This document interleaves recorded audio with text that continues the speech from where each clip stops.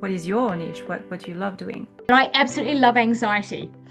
I love anxiety because it's something that I understand from personal experience and it's something that we all experience to some degree. Anxiety is there to protect us and help us. It's when the anxiety gets into overprotection mode and is there a lot of the time or constantly, that's when I love working with people because How can you tell someone that maybe start to have those first symptoms, and what does that mean, and what should they do, even though I know everyone is different? if you're starting to feel that your sleep is getting affected, your appetite, your mood, your relationships, you're feeling overwhelmed, your breathing is out of whack, that is a very clear sign that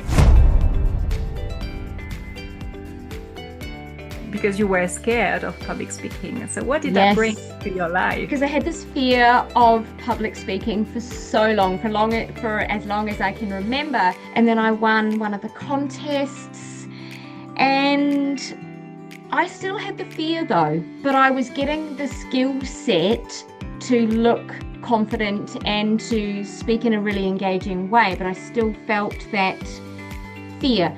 And then about 4 years ago, I decided to try hypnosis, and that turned the anxiety off. So now I look. And so what is your gift? My gift is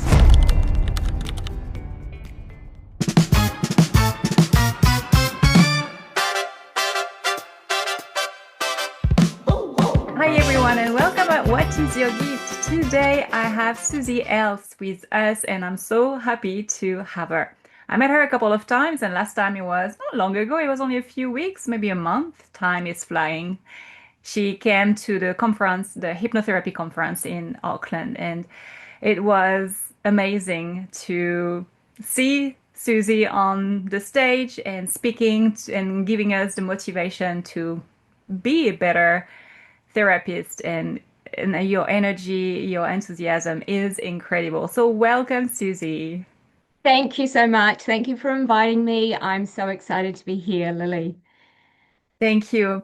And so you sent me a bio a bit earlier, and I mean, you've been in the industry for more than 25 years. That's quite some time. So you have a lot of background, and I would love to hear about your story, how everything happened, because you're a hypnotherapist, you are a coach, but you've been doing Toastmasters, and you've been part of the committees in Toastmasters at really high levels. So there is so much to unravel. So if you can start and maybe tell us a little bit your background and where you come from. Absolutely. Thanks, Lily. I've always been fascinated about people, and as soon as I left school, I did a degree in psychology. I majored in psychology and feminist studies, Oh. and I found that absolutely fascinating, learning about the how the human mind works and developmental theory and all of this incredible knowledge. And I talk about people going through different stages. I went into a stage of I need to travel the world. So I finished my degree and then went straight overseas, and it was supposed to be just a couple of years, and it ended up being on and off 16 years that I was mainly based in the UK. Oh. I was really, really still wanting to focus on the psychology, but I wanted a wider lens. And so when I was in London, I got into social work. And I loved that role, and I worked with adults with physical disabilities in London. And then I thought, well, I actually need the qualifications to back this up because this is a career I'm really fascinated in continuing with. So I went back to Christchurch, where I'm from originally in New Zealand, and did my master's in social work. And I looked at the opportunities available in New Zealand, and I remembered how much I enjoyed being a social worker in London, and how that the whole social work model works over there. And I thought, I got to get back over there.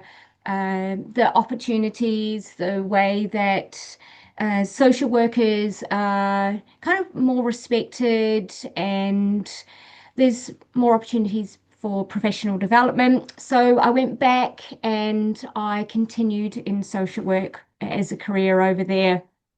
Oh, wow. Then that was going really well and I was loving it and really enjoying it. I was working with children with complex and severe disabilities. So children who had severe autism, there might have also been domestic violence in the family. They may have immigration issues. The family didn't have permanent status to stay. So there's lots of complex issues. And there might have also been child protection issues there as well. So it was a very, very complex role.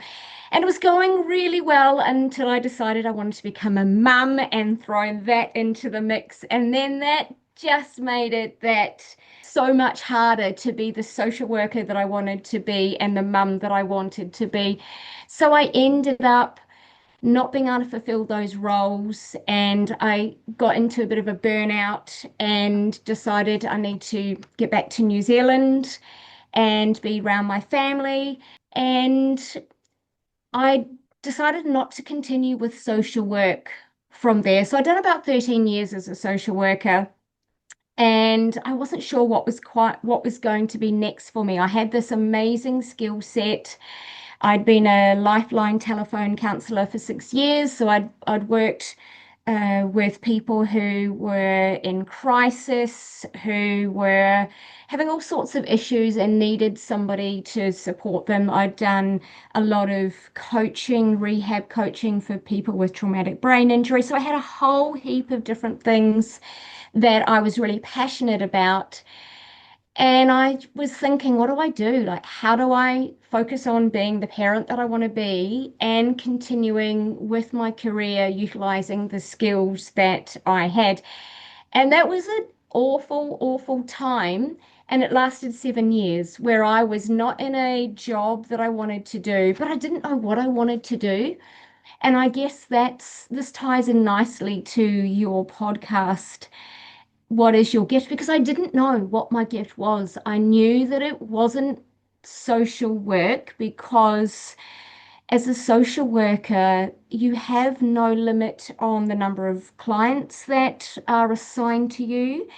Mm. And you often, I mean, my colleagues and I were often struggling with actually functioning outside of work. And many of them didn't have children. They didn't have the time for children. They didn't have time for relationships. So the job was so all encompassing and draining.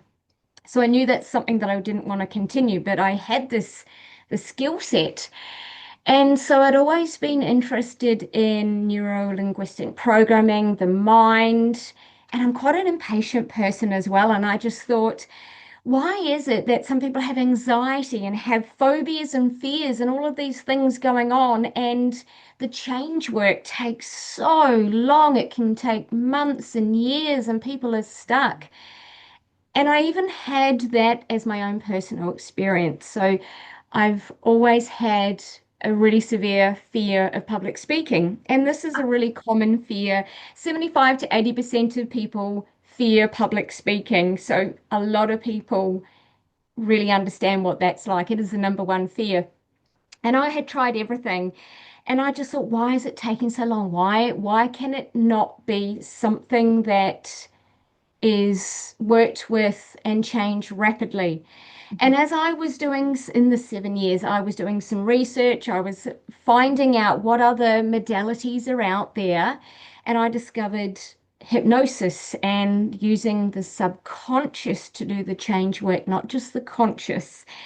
And I got really, really excited and I was Googling who provides training and I came across Justine Lett and HNZ.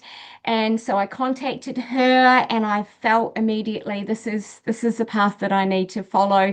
And the more I looked into hypnosis as a modality for me to move forward into, the more I realized everything that I had done fitted so nicely into that. The social work, the psychology, the lifeline telephone counselling, working with people with traumatic brain injury. Everything was being able to be utilized, the education, the experience, the knowledge, the skill set, everything. And being able to have my own business allowed me to prevent that burnout, prevent that overgiving, because I'm one of those people. I am one of those people that if I'm working with someone, I'm all in. And that's all good if you've got a if you've got a number of clients that you can manage. But if you are working as an employee and you just keep getting assigned clients, then it just becomes too much. So that's definitely not an environment for me. Mm. So this is where I'm at now. I have been a clinical hypnotherapist and coach for about 5.5 years. And it is so exciting when you actually find your purpose, when you actually find everything lining up and understand what your gift is. And so this is where I'm at now. And I can see myself doing this forever. It's so cool. Wow. There is something very powerful that you just said around this idea where your personal and professional life brought you to where you are now, and everything that you've learned has a purpose now and it makes sense. And it's very Yes. powerful because I went through the similar thing, and I reckon it's something that is quite common. A lot of people do things during their lives and it doesn't feel like it's connected somehow. And then suddenly this aha moment, this gift comes, and Yes. it's like, yeah, this is what I want to do. And suddenly, oh my God, this is why I've done this course that is so It makes random. sense. Everything falls into place. Absolutely. Yeah, Because it can seem so random. You're like, why am I drawn to this? Why am I doing this? And sometimes you just have to have faith and trust that the universe or whatever it is, your inner voice is leading you into the right place. yeah. And it does make sense. And I guess probably you are working with clients in this way because you are working a lot with, where you said giving calm, clarity, and confidence to your clients. Mm. So I suppose that's Hmm. part of it, isn't it? Yes, absolutely. And I always, and like you were saying about that feeling the interweave between your personal life and your professional life, and I say this to my clients all the time, if it's struggle, if it's hard, if it's challenging, it's not the right path for you.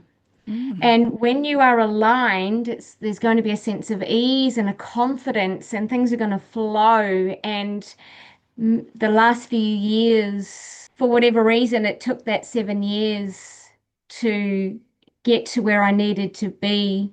And it's been easy. There's been flow, and there's just so much joy when you're on the right path in the right place. It's a really amazing feeling. Um, yeah, and that has really happened for me. Yeah, for sure. And you were mentioning earlier in your career when you were, I guess, in UK. I actually didn't realize you were in UK to start with. I'm terrible Yeah. with accents. I don't even know which accent you have. But anyway, I you were mentioning that you had a burnout, or you probably maybe Mm, started the symptoms of yep. burnout. And I think it's very Mhm. powerful to maybe talk a little bit around about that Mm. because so many people at the moment have this burden on their shoulder. They give too much and they lose themselves. Yes. Yes. And there's a lot of us who are people pleasers and who like to give and who have incredibly high standards for themselves. And that self-awareness is really important for me because I can start sensing when I'm leaning in too much and not doing all the good things that I need to do. So it's something very important for me. So I've experienced burnout 2 times in my life. The Oh. first time was when I'd been working in the UK and I'd had this wonderful social work job and it was fulfilling and it was wonderful. And I came back to Christchurch and I wasn't aligned with being back there. And I was working with tetraplegic clients and I was also working with clients with traumatic brain injury, and I was also doing my lifeline telephone counselling. So sometimes I would have clients, not clients, I would have callers ring up and say, "Hi, I've just taken a massive overdose of Panadol. I just wanted someone to be with me while I die." And the heaviness of that, and obviously I would do everything I could to get emergency services to track them and go there, but you just wouldn't know, what would be on the end of the line when you picked up that call. And so the heaviness of that, that was, I was working with clients who, in terms of the traumatic brain injury and the spinal cord injury, where I was making lots of positive changes for them, but there wasn't significant life changes. They were, until we get some cure for fusing the spine back and everything, that there wasn't much movement. So I felt like I was giving and giving, and not much was changing in a really measurable way for them.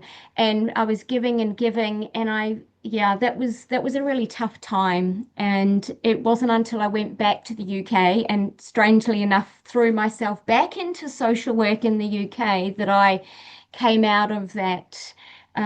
Because I could see, for me, it's seeing the impact, seeing the difference I'm creating. That is important for me. That's how I feel fulfilled. And then the second time, when I was working as a social worker, I had a 1-year-old, I was pregnant, and I was struggling to keep up with my caseload, and needing some time out from my work to focus on um, my pregnancy was really important for me. And that was probably, that time was where I realized, Susie, what is important, what is a priority. Yes, these children who are experiencing abuse and child protection concerns, they're a priority, but the child you're carrying is only got you to rely on. So I need to focus on me and my family. So, and then that was kind of the final. I've had, how you have this, um it's like that poem where you walk down the street and you fall in a hole and you get up, and then you walk down the street and you Oh, yeah. notice the hole and you walk around it, and then you walk down another street. So I'm walking down different streets now. I'm really aware of that potential. And I always say to clients that whatever situation they're in, we're all a few things happening to them away from depression or anxiety. If you were to lose a loved one, plus lose your job, plus have an injury, an incapacitating injury, then most people would be struggling with their mental health. And I think that there is that fine line between being mentally well and mentally unwell, and it is a few life events that can swing us in the wrong direction. And so, as much as possible, putting things into your life to protect you as a buffer, and that's super important for me. Okay, so I guess you probably answer half of the question that I have is because you went through those two burnout, what did you learn from that, and how can you tell someone that maybe start to have those first symptoms, and what does that mean, and what should they do, even though I know everyone is different, but yeah. Mm.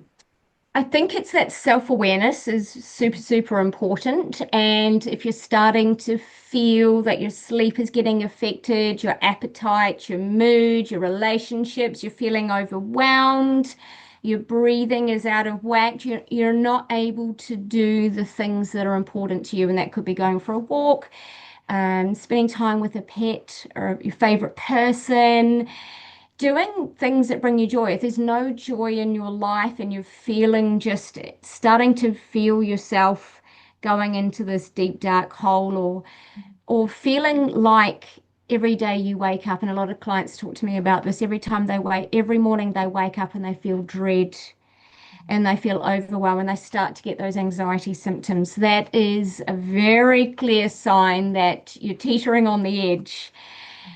And getting to the point where you can start to see that and do something urgently is super, super important. And having support around you, being able to talk about it is very, very important. And the other thing I think for me was kind of this really unrealistic standard we have, mainly for women, about having a career, having a family, having a tidy house, being strong and fit, having a great relationship, seeing your friends. The actual reality is we can't do all of that, and nor should we try. And I see so many people try and kind of keep up to the having it all myth, and it is a myth.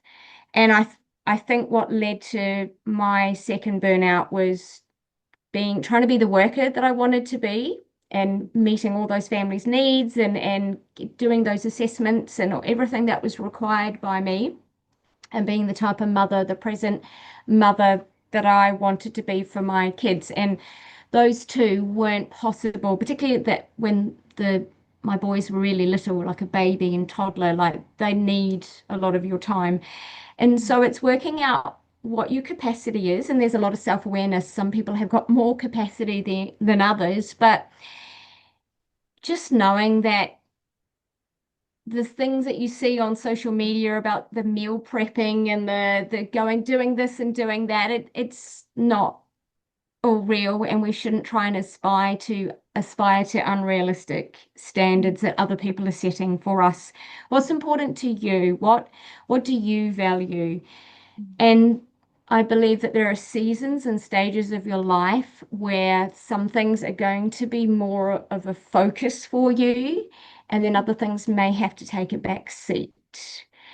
And that there will be times where those things that are taking a back seat can then take a more focus for you. Yeah, because I don't know anybody who is kind of nailing it in every single area of their life.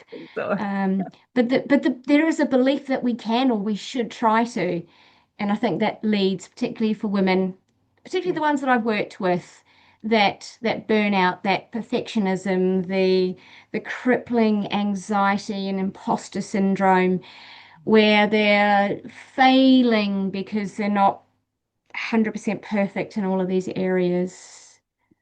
yes, and that's a very powerful point. And you mentioned the motherhood Mm, adventure. I I haven't experienced it, but I've got lots of friends, and for some reason, life seems to bring an amazing idea, a business idea. At the same time, you're pregnant or you have a toddler. yeah. So, what's the motherhood adventure brought you and helped you with in your career? Motherhood has been such a wonderful journey for me. It has opened up a part of myself that I never knew existed. It has brought incredible challenges. I was talking before about not being very patient. Kids teach you patience. It has really grounded me and made me realize what's important, what I value, and it has allowed me to see the world through my children's eyes. And it's really amazing. Children have such a different way of seeing things. They're far more curious and playful and risk-taking and adventurous and open. And I think we kind of close up and stop laughing, stop playing, and stop being curious, and we get a bit boring. So we, not everybody, but we can lose that joy and that spontaneity that children have. So they've Yeah, taught me a lot. And yeah, as bring they're us to the 15 and present. 17 now, yes, as 15 and 17-year-olds, they're teaching me a lot now. Yeah, so they're continuing to teach me. So that has been amazing. And I've learnt so much, and it's been such a worthwhile journey for me. Yeah. So you think even though it's important to have your boundaries and know what is when it's too much, you think it's possible to have children and also have your own business. For me, I think it was about the timing. Okay. And I found at certain ages and stages of their life, it was more important for me to be more present for them. For me, that was how I wanted to do it. And as they've got a bit older, it's felt easier to focus on my business. Mm. Yeah. And it is about what support you've got around you and what your network is. I find I love Nathan Wallace, and he's neuroscientist and talks about child development. And from what I have, the work that I've done with clients, the first 7 to 12 years are just so important in terms of what gets taken in by the subconscious, and that early environment is super, super, super important. And I think having a child, letting the child know that they're loved and cared for, they're important, they're enough, that is super important. And that imprinting can't be done as well later on. It's important that it's done. And so, whether it's a grandparent or a special auntie or somebody, that close emotional connection for the child, the children in the first few years are super important. Mm. Um, Thank you for sharing that because I do believe there is a lot of women that are going through this journey, and I feel that there is probably a bit of guilt and not really mhm. know how to navigate through this time because yeah, they have this Yes. creation, this baby, but at the same time, my children, they are way more important. So how to juggle Yes. without feeling this guilt? Yes. I think most mums that I work with have some type of guilt, and they've all made different decisions, but somehow they've all got guilt about, am I feeding my kid the right food? Am I working too much? Am I working not enough? What do I do when I'm home with my kids? There's so much pressure now as a parent to be doing the right thing. And that's fascinating because that pressure wasn't there anywhere near to the same extent 30 years ago. Hmm. Yeah, that makes sense. Yeah, we are living in a different world. Yes. Yeah. You mentioned, and I know that you are part of, or you have been part of Toastmasters for so many years. And looking at you, and I know that you are standing up. Like I'm sitting, and I can see that you are standing up. And for me, it's like, oh yeah, that's what she learned. And because when we are standing up, we are able to, Yes. express even more and so on. Is- What Toastmasters and because you were scared of public speaking, so what did that bring Yes. to your life? Well, it's absolutely hilarious because I had this fear of public speaking for so long, for as long as I can remember. And my brothers had been saying, look, we've been to Toastmasters. Why don't you go to Toastmasters? And I thought, well, that's a great idea, but I'll actually have to speak. And so that terrified me. So I knew about Toastmasters, but was too terrified to actually turn up to a meeting because the inevitable would happen. And then I found out 8 years ago that there was a Toastmasters on my street. And I Oh, thought, if the universe isn't sending me a message that I need to, I mean, I don't have to even drive far. It's on my street. wow. And so I thought, I have to. That is a sign.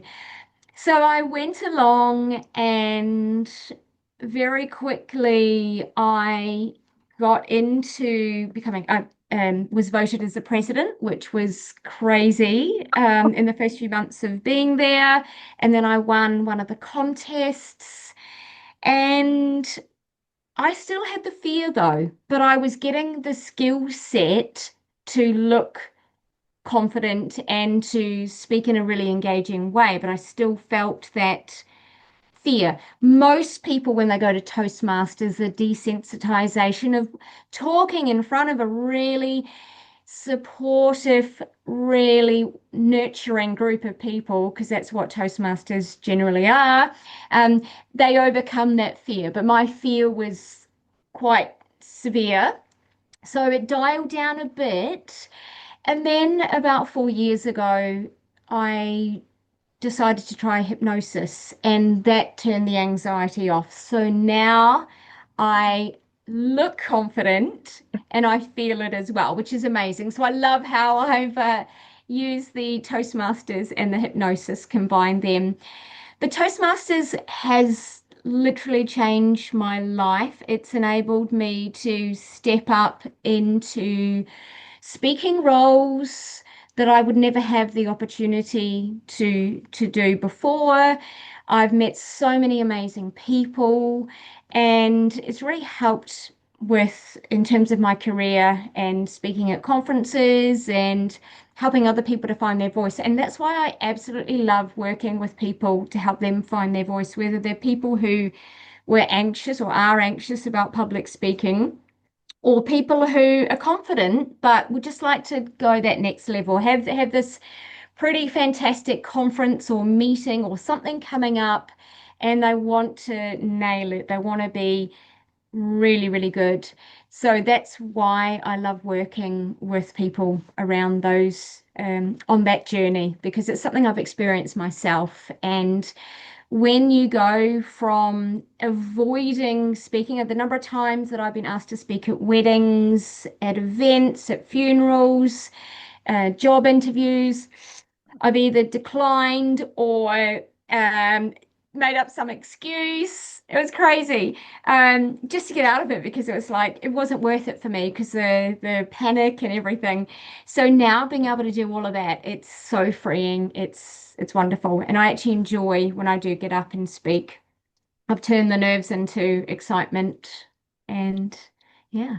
It's such a powerful skill to have.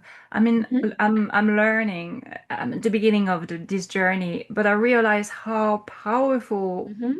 is communication, because communication is not only speaking, it's also listening, it's also taking on what the person is saying and find a way to so we have the same message and it's well received and Yes. heard. And what is amazing is because in our industry as hypnotists, it seems that we are sometimes very isolated. And I Hmm. reckon it might be, it's quite amazing that you are offering this, well, this service. So maybe if you want to dive a bit more in details around that, what you're doing and how you're helping hypnotists and So people. recently I presented at the Hypnosis New Zealand conference, HNZ conference, and Kerry Burley and I did a presentation on encouraging hypnotherapists and practitioners and therapists to get their message out there, not just to have those one-on-one sessions, but to get up on in a podcast, up on stage at conferences, in community groups, getting up and feeling confident to share that message, because a lot of them are confident in those one-to-one sessions, but for some reason, so many people, that confidence just goes offline when they're in front of a group of people. And my dream would be for hypnosis as a modality, hypnotherapy as a profession to be more mainstream, to be more understood, to be considered as an option. So not just going to your GP and this is the problems I'm having, or going to a therapist, but actually a viable option, because I know the work that I've done with my clients, the change is fast, it's permanent, it's just incredible. And so many people have learnt about me from my presentations, from me speaking up. And so getting other healers, hypnotherapists to talk about what they do, I think is super important. Yes. If you want to tell us a little bit more about what you're doing, I think it would be by interviewing a few people, I realize now that we all have this label hypnotist or hypnotherapist, yet we are doing some different, we have different topics, different niche. And so what is your niche? What you love doing? I absolutely, and I said this recently and someone did a double take, but I absolutely love anxiety. I love anxiety because it's something that I understand from personal experience, and it's something that we all experience to some degree. And it's the level of the anxiety that is different for different people. So we all have anxiety about we're on the motorway and there's traffic and we're starting to get a little bit anxious because are we going to make that meeting? Anxiety is there to protect us and help us.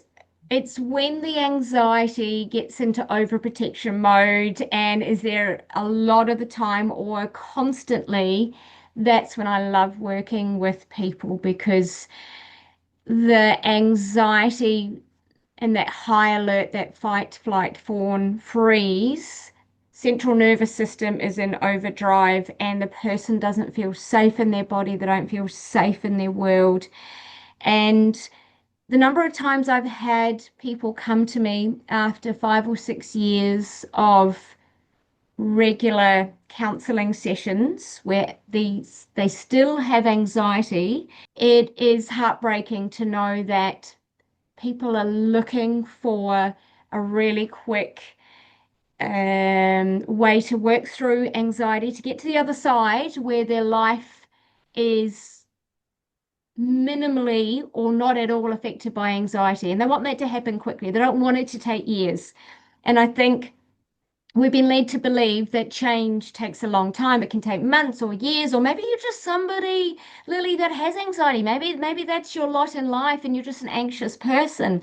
That's your identity. And so many people feel like that, but it's Mm. not true. And that's why I get excited about working with anxiety clients because even after the first session, people are feeling different. People are starting to feel hope that they're not somebody that is going to be inflicted by this terrible condition for the rest of their life.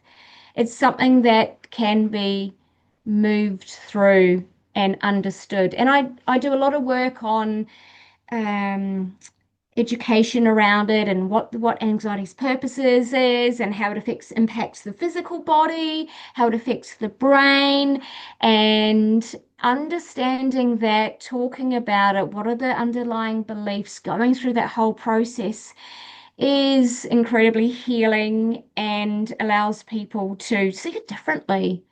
Mm. And that's super exciting. Like giving people hope. That is, I think that is what gets me excited, giving people hope rather Yes. than let's just manage this problem that you have and will always have. Because it It's doesn't quite have to be like that. It's quite fascinating that you're talking about anxiety and you're using this tool, hypnosis or hypnotherapy. I think it is changing, that the wind is changing. Often people think hypnosis is only to quit smoking and lose weight. And it's so reductive. It's so sad because it's incredible once we understand what is hypnosis. God, it's the most incredible tool that we all should learn because it's so Yes. easy to shift it. Yes. Yes. There isn't much that hypnosis can't address. And I always work alongside GPs, specialists, um, whoever else is important in the journey because it's not always a one size fits all. And there's other things that need to be a factor as well. And that's where my coaching comes in. So we know the importance of healthy, nutritious food. We know the importance of breath work, breathing, rest, sleep, exercise, sunshine, social connections. Every single client, that is the foundation of the work that we do. And if Mm. you're not doing those things, it is very tricky to get results with whatever you're doing. So those things are the core of the work that we do. And after my sessions, I give every client follow-up tasks and they are expected to do those things because that's conscious things they can do Mhm. between our sessions to speed things up. And I Mhm. find the clients that do those things, they have the fastest, most amazing results. that making those changes, that commitment to that self-love, that self-care, because your subconscious wants to know that you believe that you are lovable, that you are good enough, you are worth it. And when you do those things, you tell your subconscious, yes, I am. Mm. I love this idea that you say it's an approach that is multidisciplinary, multi Hmm. modalities, because indeed hypnotherapy is about transforming this mindset and changing the way we think about life in general, Hmm. and having those working hand in hand with other therapists or other Yep. modalities. I think it's the key, and hopefully, I believe that we are going toward this direction in the world. Yes. And Mm. I get that that model from my social work. I worked in many multidisciplinary teams and as a social worker, and there was the occupational therapist and the physio and the psychiatrist and the psychologist and the nurse, and there was everybody there, and we were all working together with the same goal. And that's why it's important for me as a hypnotherapist to understand what's in my scope of practice. So, for example, I wouldn't give a meal plan because I'm not a dietitian. I don't have those qualifications. So, but I do believe people generally know what healthy food is for them. They know what they need to be doing, like going for a walk, eating good quality protein, veggies, so they know that. So guiding for them to tap into their inner wisdom. And the reason why they're not often doing what they know they need to do is because of these beliefs from earlier childhood, which can sabotage or can keep them stuck. Because there isn't that belief that I'm worth taking care of. I'm lovable. I deserve the best treatment that I can give myself. And so it's changing that so that they know, generally people know what they need to do, but they're Mm. stuck. This type. That's right. So, Susie, what is your next project or adventure that is coming this year or the next year? I'm super excited. I am going to be presenting at the biggest hypnosis conference in the world in Las Vegas in July.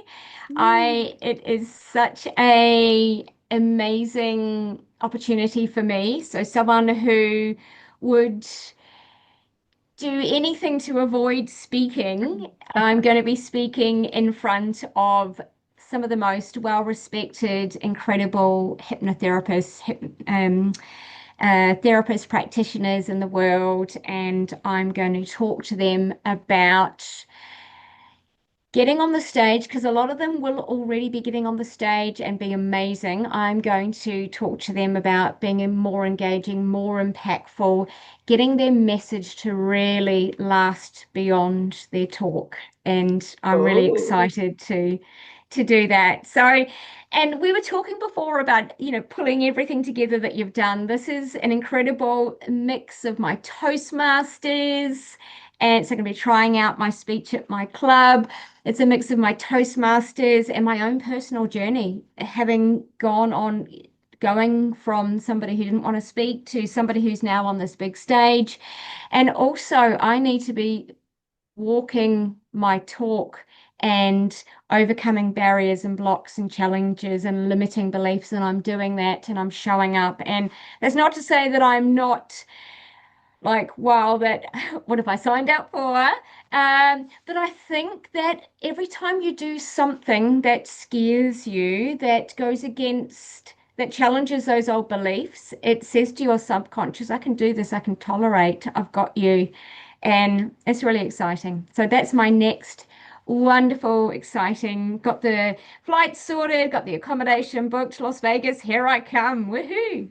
That is so cool. Oh, I can't wait to hear that the how it went. Ah, exciting. Yeah, thank you. Amazing.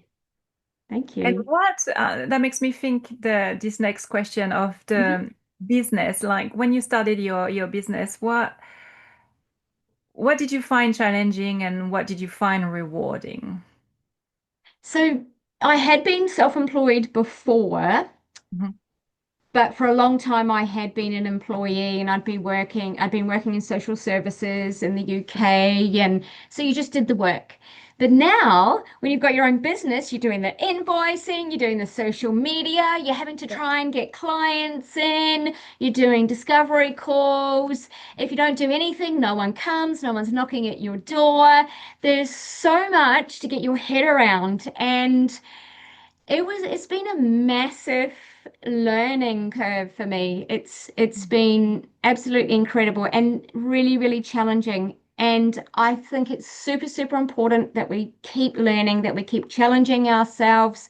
Because if you look at sort of AI and technology, everything is speeding up. And if you don't keep up, then you are going to be left behind. So, for example, if you thought, oh, I don't want to have to advertise on social media, that's like, it's not my thing. There's a lot of clients you're going to miss out on getting.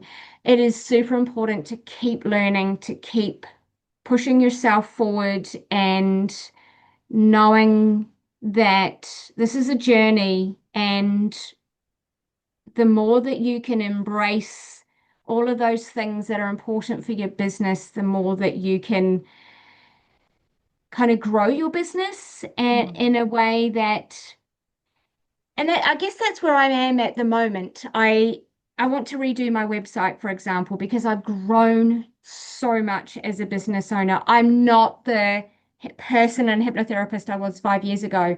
And I Yeah. love that. I love that I've moved forward. I love that I'm new offerings and I'm doing things and I've learnt more things. I've done more trainings.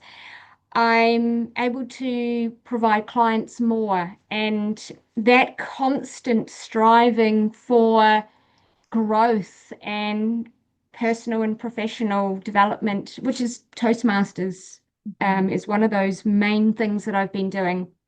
But that constant striving for being better and being more is exciting.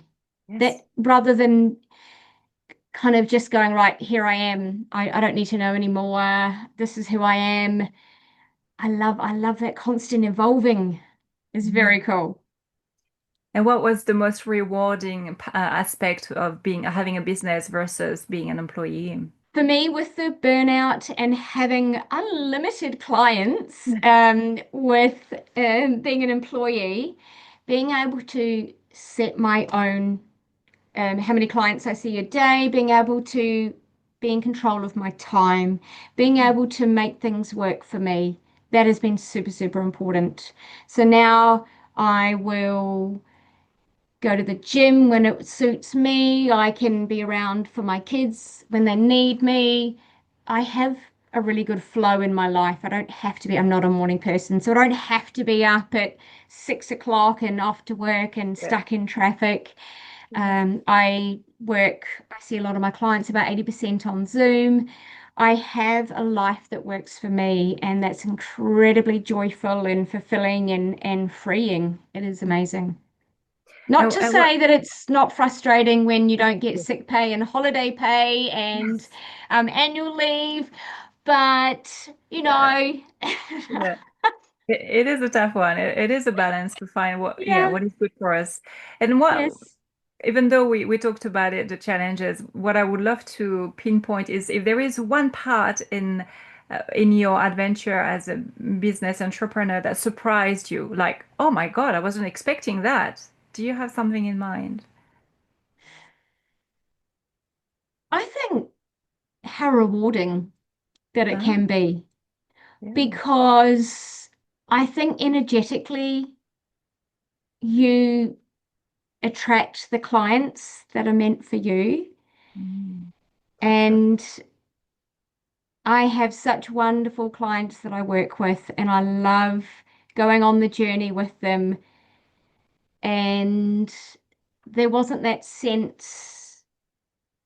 I think as a social worker, I remember in the multidisciplinary teams that we'd sit in, and they would start talking about the cases of that need to be allocated to somebody in the team, and they would say, right, this one's got da da da da da da da da. It would be like a long shopping list of things that were going on for this family.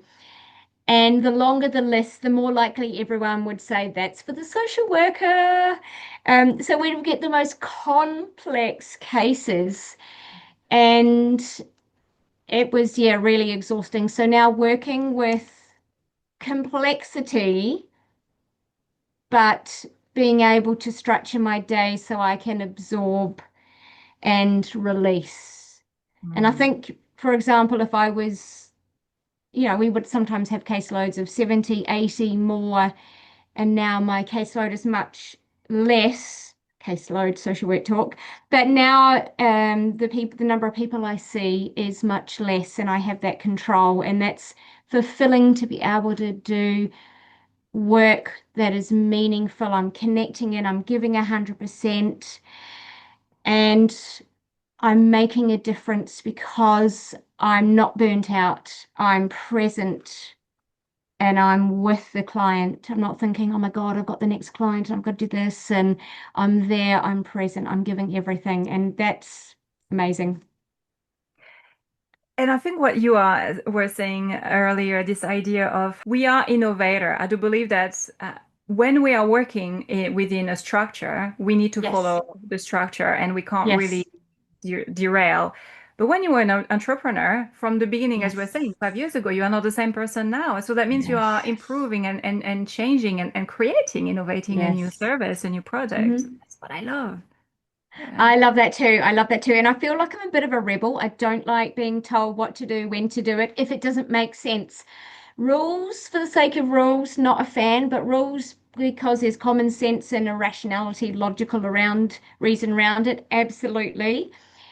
But the, for example, when I was working as a social worker, there was so much paperwork and assessments that I barely got time to see the children I was working with. Oh, That's really concerning. And so I would only see them for an hour once a month. And so I didn't have a sense of who they were, but and this filling forms. And now I do what I know is important, and I'm led by inner wisdom, not by somebody further up the chain thinking this is a good idea, not having any idea. So I feel like I'm led by what I know is going to work, having understood that person in front of me.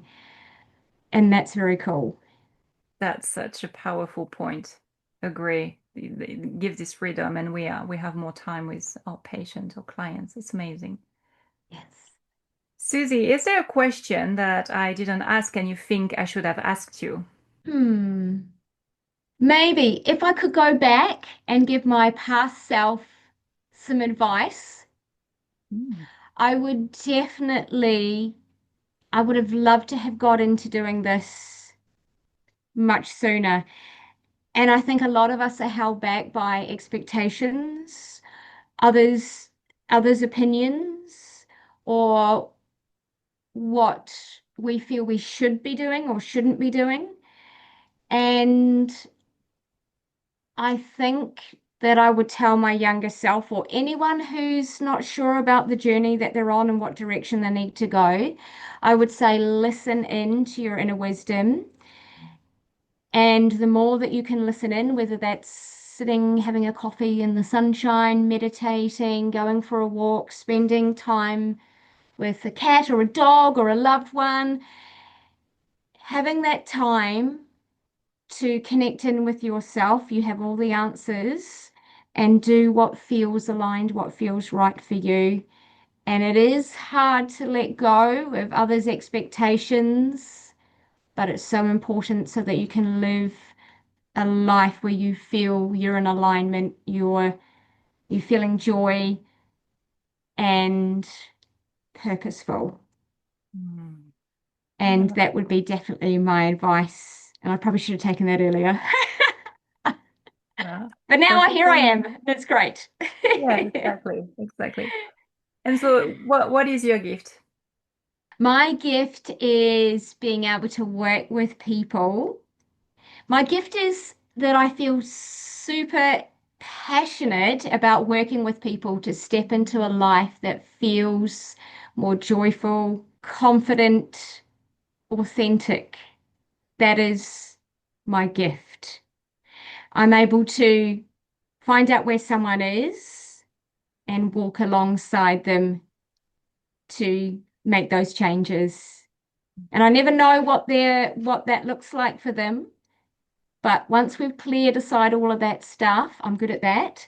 We clear aside all those blocks and barriers and all of that, the old beliefs, getting them to step into that life where it's easy. Mm. That is my gift. And doing it really quickly. Yes, because we don't have Transform time. now. Yeah, transform now. Here we Hence are. my business name, because it shouldn't take a long time. And so Yeah. my gift is getting getting into that person's world and helping them see the way forward, the light, and how to Oh, move forward. that is beautiful. And I Mm. get really excited about it. Yeah, and you should. And yes, yes, it's empowering.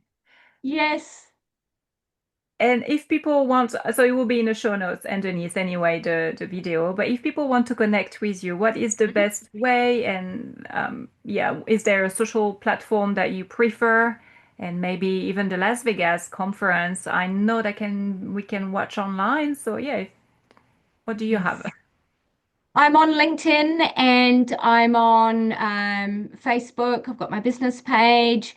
They can email me. They can go to my website and book a discovery call. Any way you want to contact me, I will respond.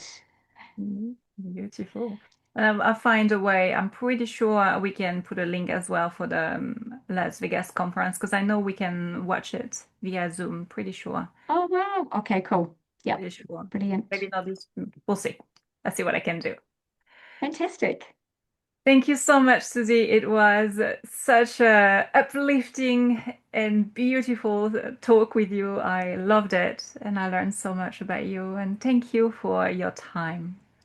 Thank you, Lily, and all the best. I really appreciate being here with you today. It's been awesome, and it's really helped me think about my journey as well. So it's been a wonderful experience. I really, really appreciate that. It's not often that you have the opportunity to look back and think about what your gift is. So it's been really good for me to help kind of verbalize and think Yeah. about where I'm at. So thank you. And I wish you all the best on your Toastmasters journey. I'm excited to see how that goes for you. We're all the same. We're all District 72 now, which is exciting. Yes, We're true. yeah, coming into the new Toastmasters year. So very cool. Yay. Thank you. Thank you, Lily.